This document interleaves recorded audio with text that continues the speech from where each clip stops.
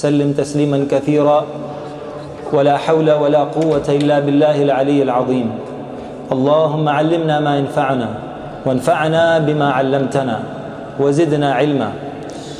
رب اشرح لي صدري ويسر لي أمري واحلل عقدة من لساني يفقه قولي. وبعد. We ask Allah subhanahu wa ta'ala to make this night a blessed night. We ask Allah subhanahu wa ta'ala to make us from those people who visit one another for His sake and sit with one another for His sake and meet and greet one another for His sake, and we become the beloved to Allah subhanahu wa ta'ala. وجبت محبتي للمتحابين فيا والمتزاورين فيا والمتجالسين فيا والمتزاورين فيا. For those who speak Arabic and would like to hear it in Arabic.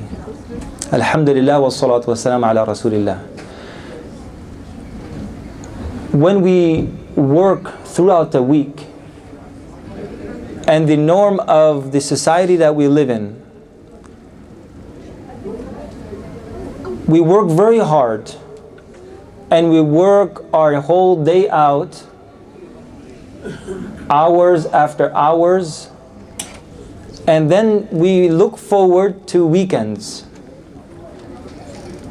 And we try to find a place or a space where we can relax. This is the norm of our living and our style, the way that we spend our days and our time.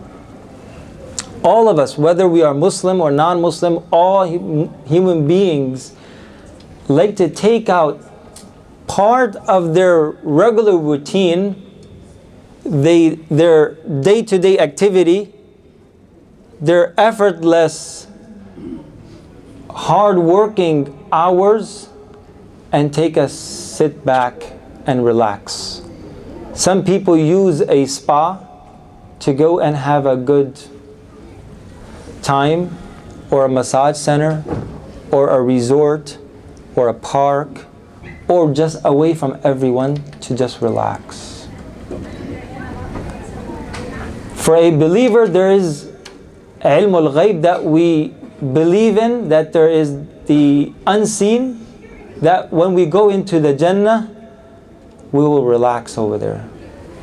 But in this world, practically speaking, all human beings in their very nature have this need. As Muslims, if we compare that hard working against relaxation and a moment of retreat, we also tend to have a spiritual retreat in our regular life. For many Muslims, it's only Fridays where they come for Jummah Salat and they devote themselves to Allah subhanahu wa ta'ala and spend time in the house of Allah and worship Allah and listen to the khutbah, listen to something that will benefit them, and then pray together with all different types of people, different race, different background, different ethnicity, different color, and then make dua together, and then leave that place with a sense of accomplishment, and a sense of relaxation, and a sense of spiritual uplifting. Is everybody following me on this concept? I want to make this concept clear, then we can move forward. So we have a retreat. Retreat is to move back, to analyze, to get recharged, and go back and get active again. Just like we go to sleep for physical relaxation, we go to sleep and we wake up, and then we are recharged again. So we have different aspects of our needs We have a spiritual need, we have physical need, we have mental need. All these needs have to be received, they have to be accomplished. Then there will be a better productivity in life. A lot of people think that Islam or the deen or the religion has a certain boundary, a certain limit, a certain space where you have to be in a certain way, act in a certain way, do certain things, and the rest you on your own. Or you become a different person. Or you become just like any normal human being. People come for Jummah Salat, they pray. The rest of their Salat, they may pray at home. Maybe once a while they may come to the Masjid. They may pray in Jama'ah. And again, they will feel that little spiritual uplifting. And then they will leave and back in that same circle, in that same normal routine of same working hours, same working gym, same working meetings, same working, so on and so forth, all the way to the end. Those who go to school, that same teachers, same classes, back to home, homework, and then early bed time, early get up, breakfast, back to school. And it keeps on going on.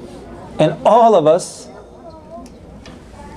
living in this society, we always look forward for a weekend, or we look forward for a vacation, or we look forward for some time for just ourselves, or just for our families, to spend time together and have some kind of relaxation away from the hustle muscle of daily routine.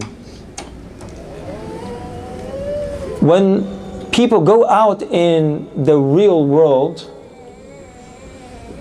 people tend to have a different world view as we have right at the moment, sitting here in this masjid, right at this time. A lot of us have a different idea of what the religion is, what is the practice of the religion, what does Islam have to say to us when we are in the masjid versus of what when you're outside of the masjid in other places.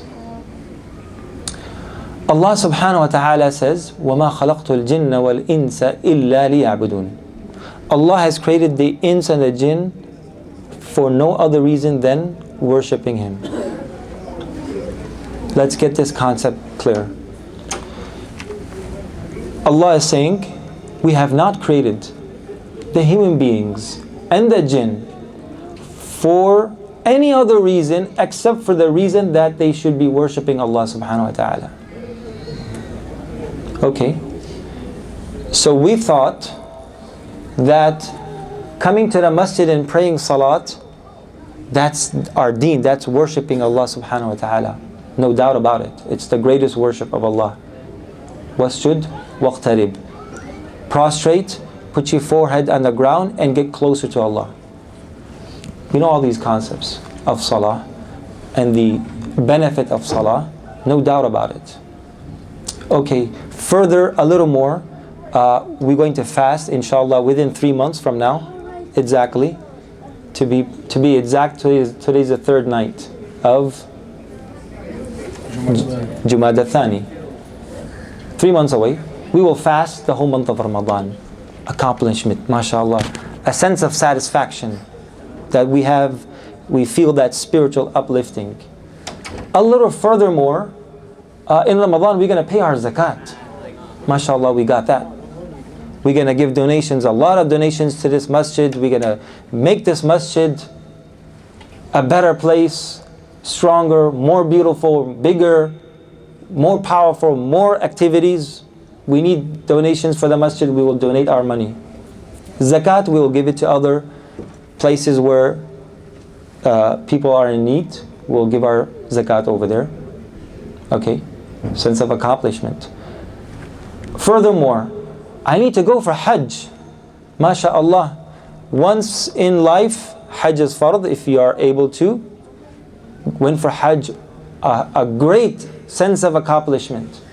That I went over there, I saw the mashaa'ir, the signs and the iconic places of Allah subhanahu wa ta'ala on this earth. The Kaaba, the Hatim, the Mataf, the Mas'a, and Arafat, and Mina, and Muzdalifah, and all those great places, and the Udhiyah, and all those great signs of Allah subhanahu wa ta'ala. Sense of accomplishment. Came back pure and clean. كَيَوْمِ وَلَدَتْهُ أُمُّهُ, as if he just was given birth by his mother. Came back clean slate, right? MashaAllah. Redo everything. Okay, we're going to start fresh. Came back. Now what? I got everything together. I got all my deen together. Right? Alhamdulillah. Oh, but there's a lot more out there. That was one small fraction of my deen. That was just one small little portion of my deen. That's the fara'id, the things that I have to do no matter what. I have to do those things. Is the deen only about being in a masjid and being in an environment and reclaiming your identity as Muslims? We Muslim American Muslims, British Americans, right? African Americans, Arab Americans, Palestinian Americans, right? Pakistani Americans, Indian Americans. How do we identify ourselves? There's a lot of talk about identity, who we are, a place, a sense of belonging. It's a need of our time. It's a slogan that has brought out to the normal people's understanding, and we have somehow accepted this concept. Otherwise, if you look back, there is no such concept of Muslim identity, American identity. It's a new concept, very modern. And we somehow accepted that concept too. And that's why we always want to reclaim our identity, protection of identity. Because if a person doesn't belong somewhere, if he doesn't belong to that particular circle, that particular area, particular place, then he is nowhere. He has no sense of belonging. So that's why we tend to build that identities. We are so-and-so, that's so-and-so, he's so-and-so. The concept of identity, it was very clear at the time of the Prophet ﷺ. Suhaib al-Rumi came, he was a Sahabi. He was known for that. So Salman al-Farisi came from Faris. He was known for as Salman al-Farisi. That Farisi was just to know, get to know Salman who he is. But he was a Sahabi, he was from that place. He had a place in the community. Bilal came from Africa, he had his place. He got a place on top of the Kaaba when he called the Adhan al-Fath Makkah. Although he was a slave previously.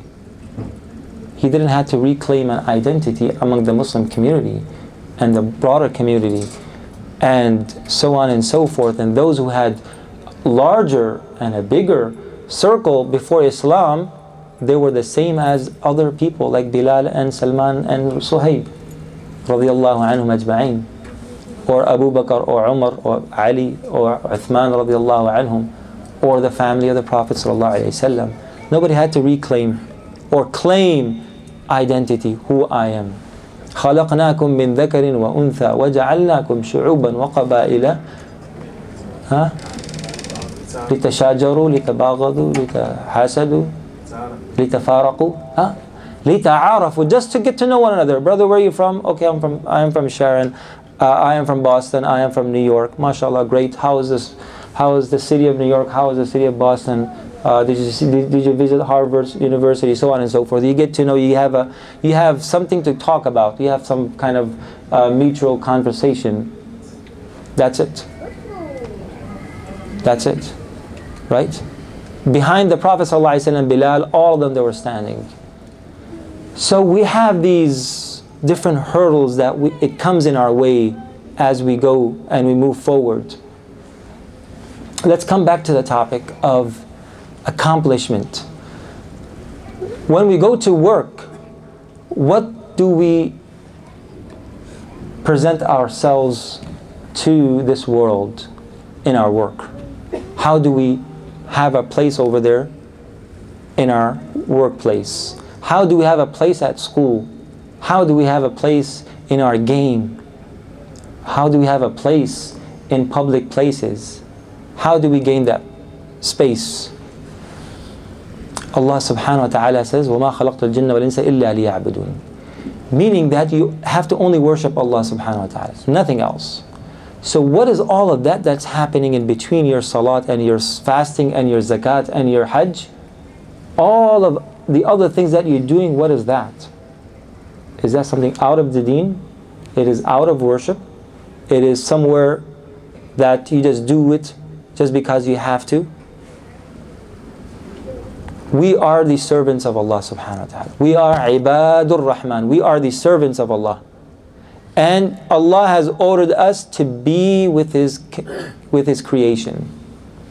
If you take the whole Quran in its entirety, from Alif Lam Mim up to Wan Nas, and you want to summarize the whole Quran into 2 sentences, you can very easily and safely say that the whole Quran talks about worshipping Allah, serving Allah, and serving His creation. That's the whole summary of the Quran. Serving Allah subhanahu wa ta'ala by worshipping Him, and then serving His creation, which is eventually also going to be the serving Allah subhanahu wa ta'ala. Ibadatul khaliq wa khidmatul khalq. That's the whole summary of the entire Quran. 114 chapters of the Quran. All the prophets came out and went to the people, stayed with the people, ate with the people, sat with the people, dealt with the people, talked with the people, engaged in different aspects of life, in economics, in justice, in establishing marriages, establishing peace among the tribes and communities. All of those things they were doing. They didn't go, our religion is so beautiful, Islam, that gives us the sense that we are human beings and we can easily relate to other people. Very easily relate to other people, because we are serving Allah and we are serving the creation. And that's how we relate to people. If you're at work, there's a hadith of the Prophet ﷺ, beautiful hadith. Beautiful hadith. The Prophet ﷺ said, Jabir radiallahu anhu narrates the hadith and is mentioned in many books of a hadith. He says, رحم الله امرأ سهل البيع سهل الشراء سهل الاقتضاء سهل القضاء. In 4 beautiful words. That may Allah have mercy on the servant, on his servant, who is easygoing in his buying and is easygoing in his selling, and is easygoing when claiming a debt, and is easygoing when paying a debt. Qada and iqtida, and bay' and shira. This whole hadith, it talks about dealing. How you deal with people, how you buy and you sell. Someone asked the great jurist and the great muhaddith, the student of Imam Abu Hanifa rahimahullah, Imam Muhammad rahimahullah, the great scholar, and he was the teacher of Imam al-Shafi'i, and also the student of Imam Malik, the Malikis, the Maghribis, right, Moroccans. Imamu, what is his kunya? What is his laqab? Imam Dar al-Hijrah. He was the Imam of Medina al-Munawwara, Imam Dar al-Hijrah. One Imam Malik alone and 500 other scholars on one side. They couldn't compete with him, with one person. So he says, someone asked him that, you talked a lot about fiqh and the rulings and all these things, and you also learn from Imam Malik many ahadith and you narrate the Mu'atta, which is the authentic book after Kitabullah. Some say Bukhari, some say Imam Malik because he came before Imam Bukhari. Right? Anyway, we're not going to discuss which one is more authentic, and that's a long discussion. But he says, someone asked him that you wrote a lot about fiqh issues and you also narrate a lot of ahadith. What did you write in zuhud? What does zuhud mean? It means to, whatever you have, whatever Allah has given you, you're happy with that. You're content. Izhad fi dunya, izhad ma inda an-nas yuhibbuka an-nas. Have zuhud, meaning that you don't want, someone has more than me, alhamdulillah, may Allah bless him. Have more, get more. I'm happy with what I have, and I make dua that you get more. So that's zuhud. That's the basic, in short. That's the meaning of zuhud. So someone asked him, why didn't you write in zuhud? And there are many books on Kitab al-Zuhud, the famous book of Imam Ibn Barak, rahimahullah. So he said, I didn't need to write any book on zuhud because I wrote Kitab al-Buyu'. I wrote the book of transaction. Because if a person knows how to sell and knows how to buy properly, that's his zuhud in dunya.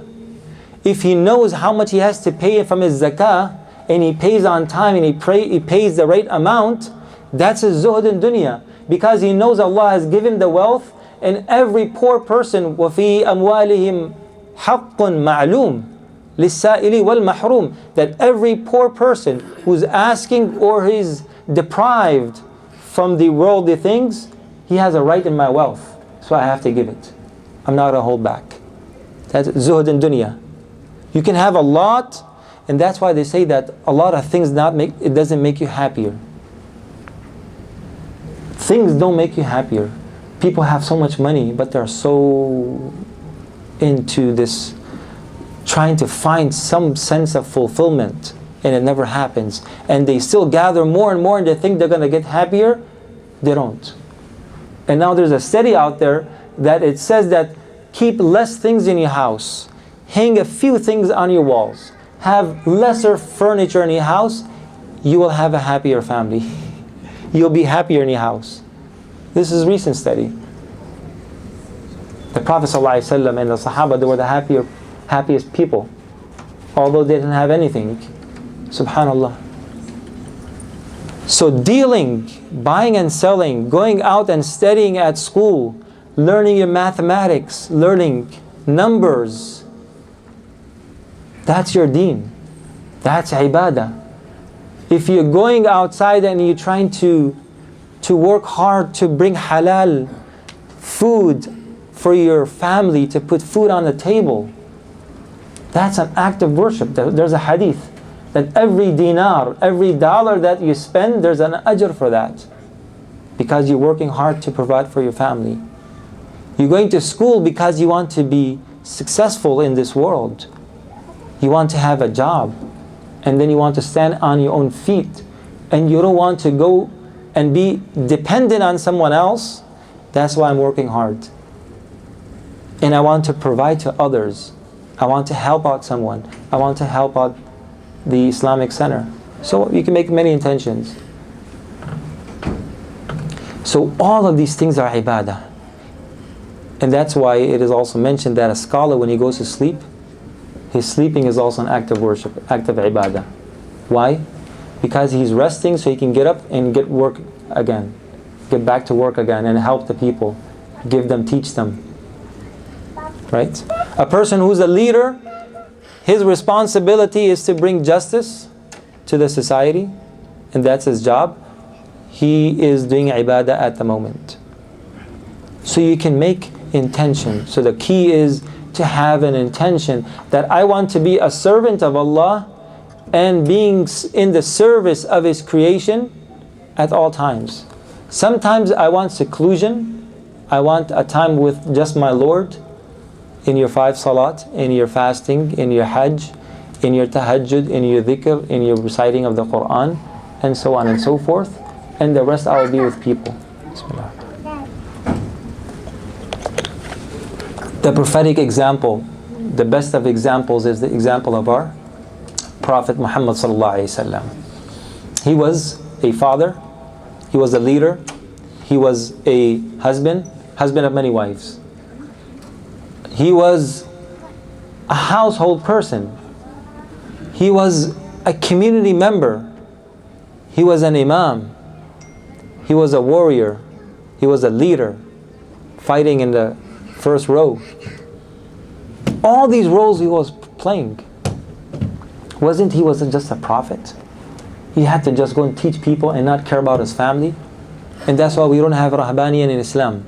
La rahbaniyata fil Islam. That's the difference between us and the previous nations, that they went to rahbaniyah. That we're going to cut off our relationships from all the people, from the creation. And we're going to just stay in that little dome, right, the ma'bad, and we're going to pray there and only do prayer. That's it, nothing else. We're not going to deal with any person. Not going to deal with anyone. I don't have to do anything. That's not what our religion. We are the Khalifa on this earth. Khulafa'a fil ard. We are the best of creation. لَقَدْ خَلَقْنَا الْإِنسَانَ فِي أَحْسَنِ تَقْوِيمٍ. We have created the human being from the best and made them the best. أحسن تقويم. The most beautiful, the most handsome, the most active, the most creative, the scholars of tafsir say under this ayah that there are certain qualities and characteristics in this human being that it has some resemblance with the attributes of Allah subhanahu wa ta'ala. What does that mean? Allah is alim, knowledgeable. وَفَوْقَ كُلِّ ذِي عِلْمٍ عَلِيمٌ. That Allah is over and above all the people, knowledgeable people. So knowledge is part of one of the sifat of Allah subhanahu wa ta'ala. We also carry knowledge. Allah is Sami'. We also hear and we can understand words. I'm speaking, you're listening, you can understand what I'm saying. I am speaking. Natiq. That's a quality that it's only with us. No other creature can talk. Only insan, only human being can talk. Sulaiman alayhi salam was exceptional, that he could speak with all the different creatures, animals, birds, and even the ants. But we are human beings, we are an extraordinary species. That's why the manatiqa say that we are hayawanun natiq, we are an animal, just like all the animals. But what differentiates us from other animals that we speak? And we have intellect, we have rational, we have all these different senses. Our brain works and functions totally different from all the other hayawan, all the other creatures. We are special. Allah has made us special because we can do very special things. We can fly a plane in the sky if we cannot fly ourselves with wings. We don't have that ability. But that's what we accomplished. We cannot swim under the water, but we created submarines. None of the animals are able to pass, right, the oxygen layer. Above that, no creature can go because they cannot breathe. We went up to the moon. I hope it's true. But they brought back. What they brought back? Rocks. So that was the accomplishment. MashaAllah, sense of accomplishment. So everybody has that sense, right? Maybe we go to Mars, right? Men are from Mars and women are from Venus. Nobody got that? Okay. So we are an incredible creature. We can do so many things. Our brain is so powerful that we can accomplish and we can feed so much information in our brains. And because of we are so special and so special, Allah has made us the Khalifa, the representative of Allah subhanahu wa ta'ala on this earth. وَإِنَّ اللَّهَ مُسْتَخْلِفَكُمْ فِيهَا. Allah is going to make you the Khalifa in this world. And has made all the things in our service. هُوَ الَّذِي خَلَقَ لَكُمْ وَالَّذِي خَلَقَ لَكُمْ مَا فِي الْأَرْضِ جَمِيعًا. Allah has created all of these things only for you. Everything is for you. الدنيا خلقت لكم. Allah has created all these things in this world, the things that we see and the things that we don't see, and the things that are above us. All of that, they are in our service. But we are in the service of Allah subhanahu wa ta'ala. Everywhere we go, we are a abd of Allah. We are the servant, or we are the amah of Allah, or the female servant of Allah subhanahu wa ta'ala. Men and women, children as well. We are the servant, and we are in the service of Allah subhanahu wa ta'ala 24/7. I would like to mention one thing here, that there are a lot of other religious organizations, such as churches and synagogues and temples, that they are sometimes famous for certain activity that they do. Different charity works that they do. They help out humanitarian works. They help. Right now we have in Sharon, there's a church that is hosting an event to raise funds for Syria. A lot of these places do these things. And sometimes they become famous because of that activity. Serving people. My father's side, they come from a Christian background. And from my father's side, they come from Jewish background. And they are very religious on one side. The Christian side, they are very religious. Now, maybe not at this moment, but back 50 years ago. So my father's aunt, she was an eye surgeon back way in the 50s, 60s. At that time, it was a very high degree to have, eye surgeon. And she was a preacher at the same time. She used to preach religion, Christianity. At a very young age, in her late 30s, she moved to Africa, West Africa. And I don't even know where that place was. But she moved there for good. She set up a clinic, and she will go and bring people who need surgery and do it for free and preach them Christianity. And she did that for the rest of her life. She died there. People do things. We need to be identified, our Muslim communities, that we are not just in a place, in a masjid, in a center. We are out there. We are out there in the broader community. We are out there where there is need. We are with people. We are not rabbis. We are not rahban. We are not ruhban, right? Ar-rahib, ruhban. We are not monks. That we sit in one place, we are a Muslim in the masjid, we have this nice, beautiful identity here, and when we go out, khalas, I will see next time. When I come back, I will rediscover who I was. We are a Muslim, we are a servant of Allah, we are a human being wherever we go. We are on a train, we are on a bus, we are on a plane, we are at work, at school, anywhere we are. We are the servant of Allah and we are at service. Didn't the Prophet ﷺ help out people? Even before, in Jahiliyyah? Didn't he help out people after becoming a prophet? Didn't he go out and help a widow? Help an orphan? And that's why Allah subhanahu wa ta'ala says, وَأَمَّا السَّائِلَ فَلَا تَنْهَرْ أَمَّا الْيَتِيمَ فَلَا تَقْهَرْ. Right? He used to go and help out people. He used to serve people. Once he was in an expedition, everyone was taking up a job. Okay, I'm going to go and cut the wood. I'm going to go and fetch the meat. I'm going to get this, I'm going to get that. The Prophet ﷺ said that also I will go. I will help cut the wood for the burning of, to build a fire. He worked. He was not just sitting on a couch and waiting for the people to serve him. He was at service. He was for the people. He was out there. He was connected with people as a servant of Allah subhanahu wa ta'ala. And that's why he said, he talked about himself, I am so and so, I am so and so, wala fakhr. I am so and so, wala fakhr. أنا سيد ولد Adam, I'm the leader of all the children of Adam, ولا فخر. I don't brag about it. Alright? أنا أول شافع وأول مشفع. I'm the first one who will be doing intercession. My intercession will be first accepted on the day of judgment.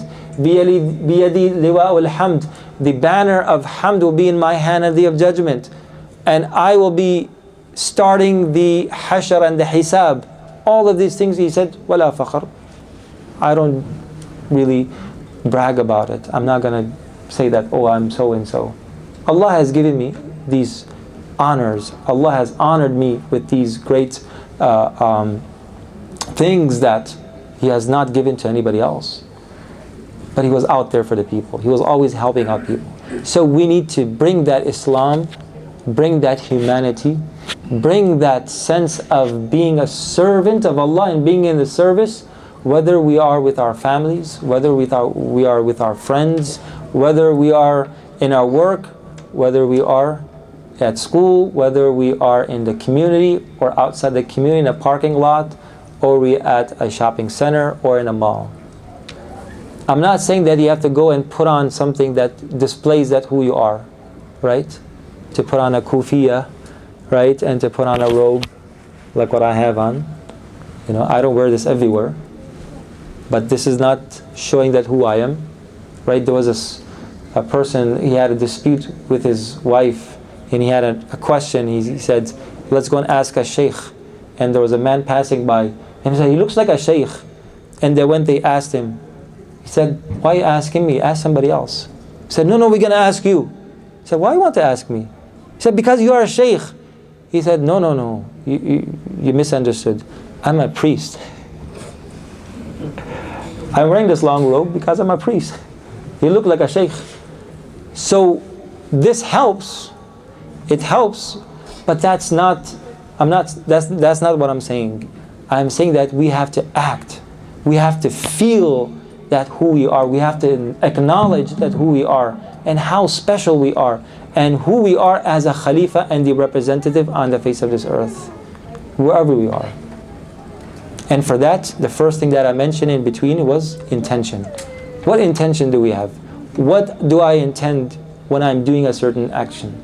When I'm doing a certain job? When I'm putting on something? When I'm going to school, so on and so forth? What is my intention? And number two, something that we need to practice as Muslims. And this is something special that we have. And this concept, normal people don't know. This is the beauty of Islam, that it has brought this great ni'mah of tawakkul on Allah, reliance on Allah. Right? People talking about building walls and getting this and that and bringing, we're going to make this place greater and great. Alhamdulillah, we have, mashallah, walls and this place looks great. Right? But we have to have reliance on Allah. All these Islamic phobic things and all these things are going on in the media and going on in this in our circles, and things are وَعَلَى اللَّهِ فَلْيَتَوَكَّلِ الْمُؤْمِنُونَ. The believers always have tawakkul, reliance on Allah subhanahu wa ta'ala. إِنَّ النَّاسَ قَدْ جَمَعُوا لَكُمْ فَخْشَوْهُمْ.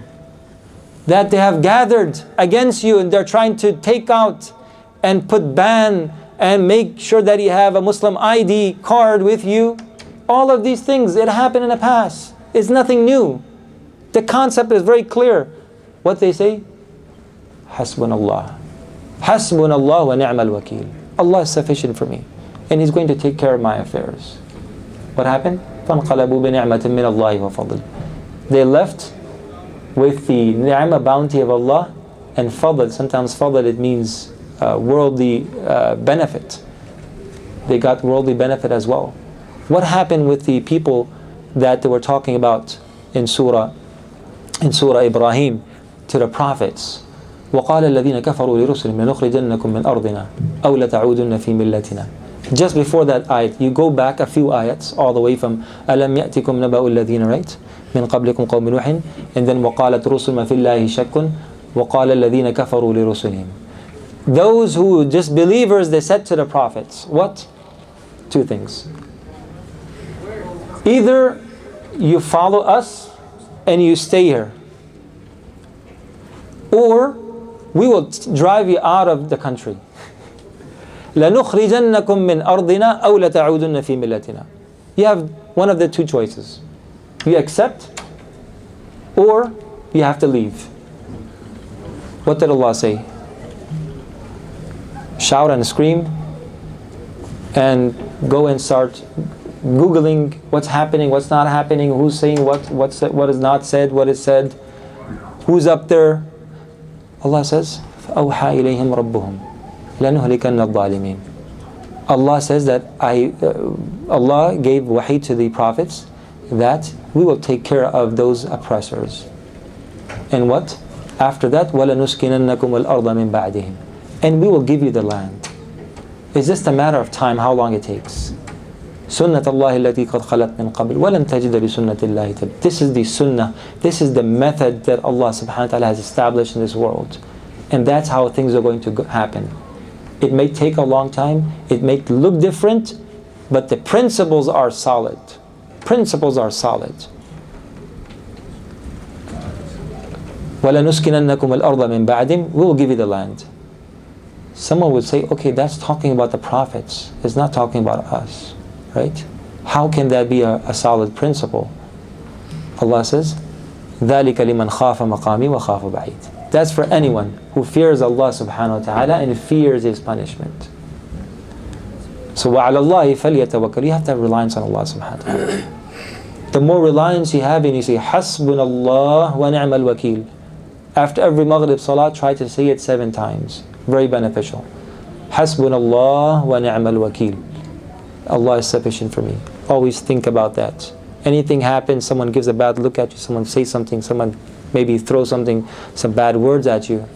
حَسْبُنَ اللَّهُ وَنِعْمَ الْوَكِيلُ.